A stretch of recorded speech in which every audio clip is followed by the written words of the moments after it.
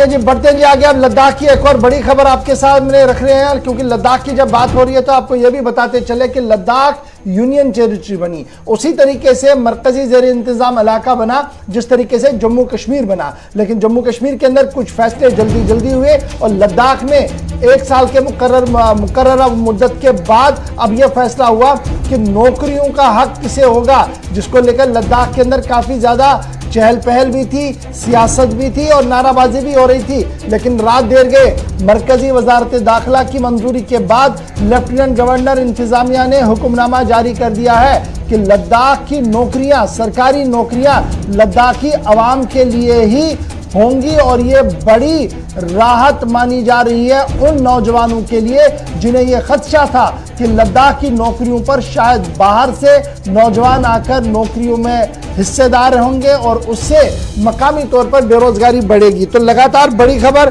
कि इंतजामिया की तरफ से अब बाज़ाब्ता तौर पर अपॉइंटमेंट, ये जो सर्विस रूल्स हैं उन्हें मुरतब कर दिया गया और उन सर्विस रूल्स के अंदर सबऑर्डिनेट सर्विस जो है वो रेजिडेंट ऑफ यूटी के लिए मुकर्रर कर दी गई है, रिजर्व कर दी गई है। और इसमें जो दोनों यूनियन टेरिटरीज के अंदर हिल काउंसिल्स हैं उनका भी एक मेजर रोल बन रहा है कि किस तरीके से भर्तियां होनी है, कौन किसका जिम्मेदार रहेगा। उस हवाले से भी एक बड़ी वजाहत जो है वो इस डिटेल ऑर्डर के अंदर की गई है। आपको याद होगा कि जम्मू कश्मीर रीऑर्गेनाइजेशन एक्ट 2019 के अंदर ही ये प्रोविजन मौजूद था कि नौकरियों के हवाले से फैसला लिया जाए। तो उस एक्ट की रूह से ही फिलहाल बड़ा फैसला जो लिया गया है कि लद्दाख के अंदर जितने भी रोजगार होंगे सरकारी सतह पर वो सिर्फ और सिर्फ सरकारी नौकरियां जो है वो लद्दाखी अवाम को दी जाएंगी। अब यहाँ पर अभी एक कंफ्यूजन जो है वो थोड़ी देर में हमें क्लियर हो जाएगा कि ग्रुप 3 ग्रुप 4 की जो नौकरियां हैं, जैसे ये कहा गया हमारे पास भी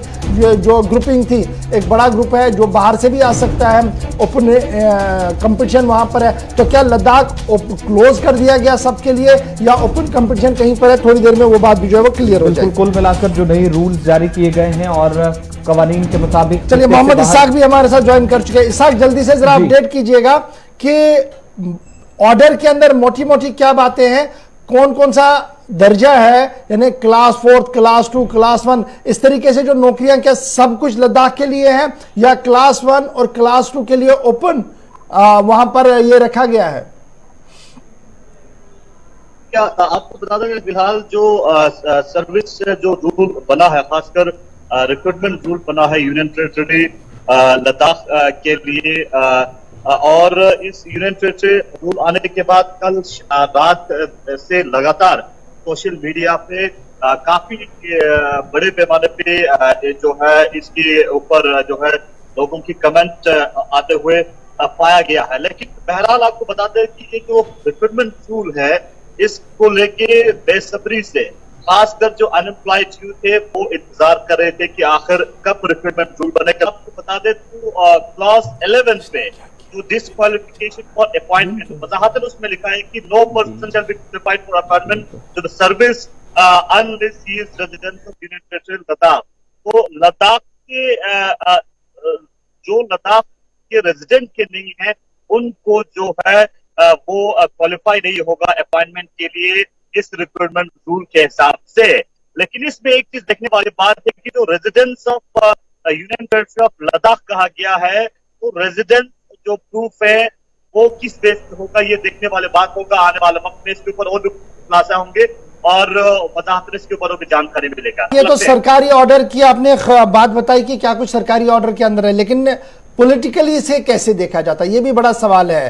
कांग्रेस, आम आदमी पार्टी और दीगर जमातें जो वहां पर हैं या सोशो रिलीजियस ऑर्गेनाइजेशंस है वो इस ऑर्डर को कैसे देख रही हैं? क्या वो अब मुतमईन नजर आ रही हैं कि चलिए अब देर सवेर से ही सही लेकिन एक बात क्लियरिटी के साथ सामने आई, या अभी भी कोई शक, कोई सवाल उनके जहन में है?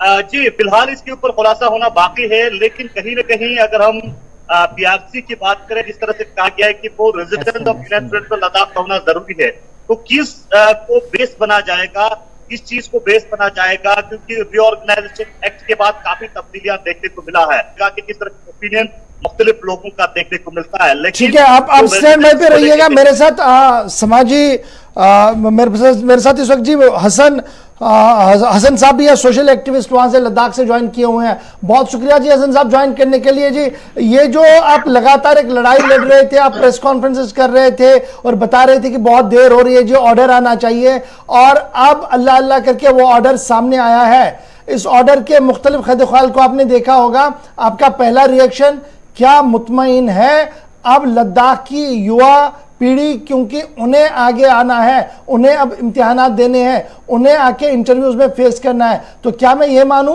कि लद्दाख के लिए एक बड़ी राहत इस ऑर्डर के आने के बाद?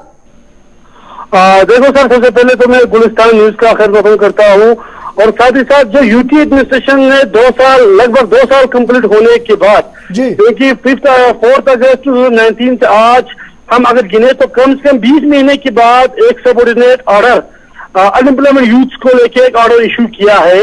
कुछ ग्रेड के बीच में ग्रेड सेकंड और ग्रेड बी क्लास के पोस्ट को एडवर्टाइज करने के लिए कम से कम उन्होंने एक रूल्स जो सेटअप किया है, लेकिन अभी इसमें ये चीजें कट एंड क्लियर नहीं है कि आपके ये सबऑर्डिनेट बोर्ड, आपके एलएसडीसी जो पहले जो बोर्ड था वो चलाएंगे, या लद्दाख के ऊपर और एक बोर्ड बनाया जाएगा, या अभी इसमें सिर्फ ये चीजें क्लियर आया है कि इन पोस्टों के लिए लद्दाख के कैंडिडेट ही फॉर्म अप्लाई कर सकते हैं।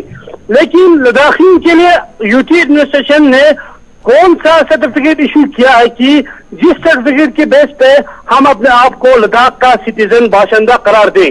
ये एक बहुत बड़ी डाउटफुल चीज है इस नोटिफिकेशन के अंदर, क्योंकि पीआरसी का तो अब यूटी एडमिनिस्ट्रेशन के सामने पीआरसी का कोई मुआयना है ही नहीं है। तो सबसे बड़ी डाउट अब ये है कि अब इस ऑर्डर को आते आते 2 साल लग गया, क्या आप आइंदा जो सर्टिफिकेट के जो आना है? बहुत बड़ा सवाल आपकी तरफ से उठाया गया कि जनाब ये कौन सा क्लास है और कौन सी सर्टिफिकेट ऐसी होगी जो ये डिफाइन करेगा कि लद्दाख यूनियन टेरिटरी का बाशिंदा कौन है, उसके लिए हद मुकर्रर क्या है, वो अभी तक भी सरकार की तरफ से वजाहत नहीं है।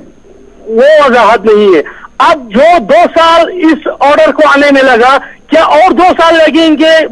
जो पीआरसी हो या डोमिसाइल हो, 6 शेड्यूल हो, जो भी हो, क्या जो हमें अपने आप को लद्दाख के बाशिंदे के हिसाब से प्रूव करने के लिए क्या वो सर्टिफिकेट जल्दी लाएंगे? क्या उसमें भी यही और 2 साल खींचेंगे? तो ये एक बहुत बड़ी डाउटफुल क्वेश्चन है यूटी एडमिनिस्ट्रेशन के सामने, और एक बहुत बड़ी चैलेंज भी है। क्या आप बहुत से मूवमेंट लद्दाख के अंदर अनएम्प्लॉयमेंट यूथ को के मसले को अब जब न पीक पे रहा, तो क्या इनको खामोश करने के लिए क्या ये ऑर्डर लाया गया है? क्या इसका कोई ग्राउंड रियलिटी है, या यूटी एडमिनिस्ट्रेशन क्या नया ऑर्डर जो सर्टिफिकेट को लेके क्या वो जल्दी लाएंगे? क्या ये बोर्ड्स मेंशन करेंगे कि हर डिस्ट्रिक्ट में अपना बोर्ड होगा या यूटी के ऊपर अपना बोर्ड होगा? अभी तक ये चीजें इसमें क्लियर नहीं है। बहुत बहुत शुक्रिया जी हसन साहब हमारे साथ ज्वाइन करने के लिए। चलिए जी, बहुत शुक्रिया जी इसाक हमारे साथ ज्वाइन करने के लिए। इसाक बता रहे थे कि एक तरफ से ऑर्डर आया है, लेकिन दूसरी तरफ से ऑर्डर के अंदर एक और ऑर्डर की जरूरत है, तब जाकर ये वाला ऑर्डर जो है ये कहीं ना कहीं पाए तकमील तक पहुंच सकता है नौकरियों के हवाले से। लेकिन अब जरा बढ़ते हैं आगे, लेकिन आगे बढ़ने से पहले कहा जा रहा कि छोटा सा तिजारती वक्फा हो, लेकिन तिजारती वक्फे के उस पार जब आएंगे तो एक बड़ी खबर आपके सामने रखेंगे, और ये अफवाहों का बाजार जो पिछले कई दिनों से गर्म था, क्या कुछ उसकी हकीकत और क्या फसाना है, क्योंकि मामला डिलिमिटेशन का है। खबर क्या कुछ डिलिमिटेशन की है, नेशनल कॉन्फ्रेंस क्या कुछ करेगी, आपको तफसील के साथ बताएंगे छोटे से ब्रेक के फौरन बाद।